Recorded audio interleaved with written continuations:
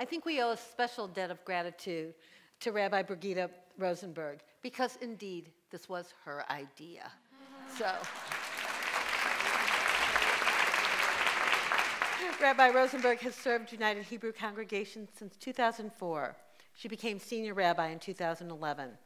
Also, she is the immediate past president of the St. Louis Rabbinical Association. And so it's appropriate for you to wrap this up.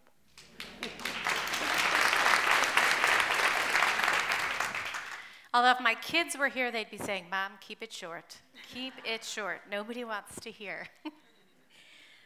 So it's sort of scary now to be the last person, as we've heard from everybody. But I will clarify that this wasn't my idea. It was a conversation Julie and I had. And one of the things that I like to talk about with regard to St. Louis is really in this country, so many people are like, St. Louis, where's St. Louis?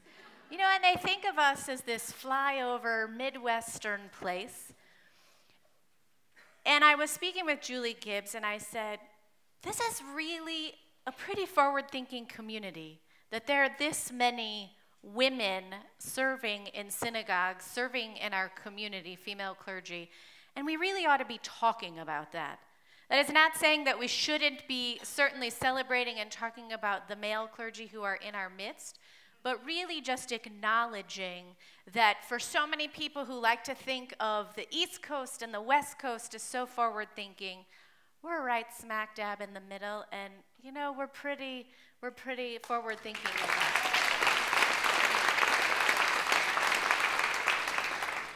So probably unlike most of my colleagues here, being a rabbi to me never seemed out of reach or out of realm for me.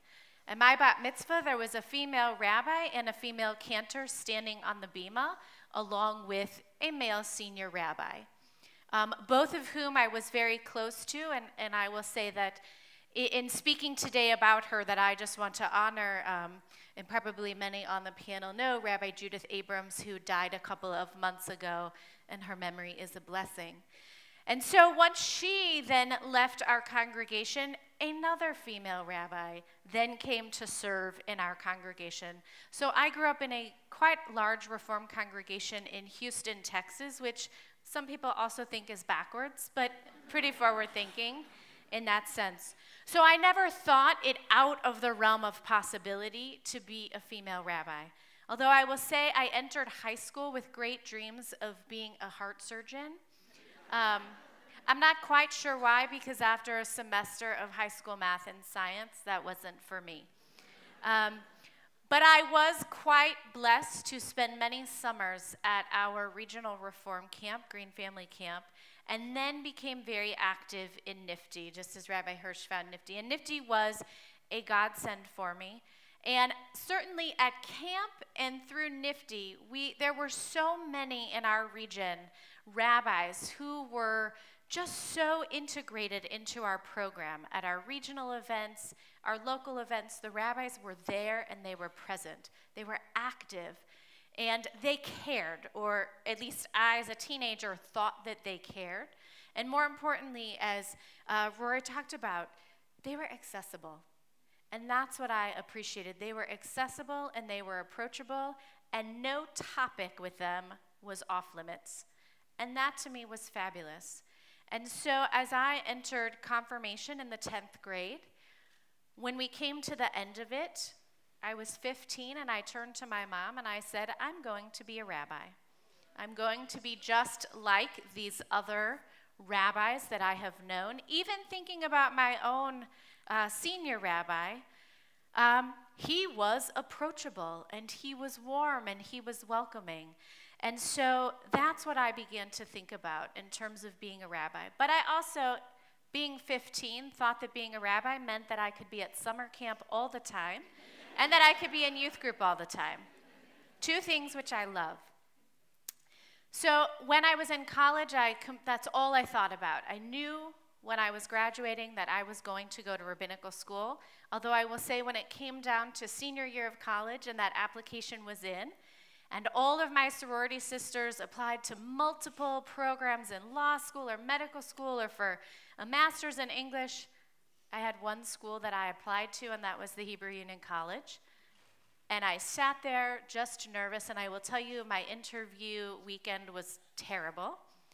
The day the letter came, I actually was not at home, and my roommate called, who is now my husband, called my husband Lee, although he wasn't my husband at the time, and said, the letter came, should we open it? Should we see what it says? And they did. And then they held it over a lamp, and she burned part of the envelope. But they actually knew before I knew that I had gotten into school. And so I entered rabbinical school, certainly excited, but very much like Rabbi Goldstein.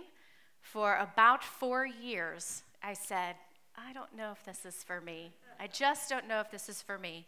And part of that came from my classmates. And I was the first class at HUC that was over 50% women. We may have been the last class that was over 50% women. But I had many women in my class who said, and they stood up and said they came to rabbinical school to make a point because they were women. And I'm thinking, that's not why I came to rabbinical school. I didn't even think about being a woman. I just wanted to be a rabbi. And so as we've even heard on the panel, when I think about being a rabbi, I don't often think about necessarily being a woman. It's who I am, both parts of it. And so really when I think about why I became a rabbi, in many ways we've heard that already, certainly to make a difference, but to make Judaism accessible, to make it approachable, to make it warm and welcoming. And one of the things I think that all of us on the panel have said and can agree about, that it really takes a spectacular partner to make it worth it, or not even worth it, to make it accessible or easy for us to do. And I am so thankful. My husband journeyed with me from high school through becoming a rabbi and now, and really it is something together that we do even when we open our home and even when we have people together. And there is that beauty in having children in the congregation. And when I think about sitting here with Susan, she made it possible. She talked about her nursery school or her daycare center, but at Hebrew Union College, at least in Cincinnati, we were so blessed to have a child care center on campus. And one rabbi who actually, some of her family is from St. Louis, Sissy Coran, said to me before I went to rabbinical school, if you can, you should have a child while you are in rabbinical school so you have that experience and understand the beginnings of parenting before you even step into the world of the congregation or the rabbinate.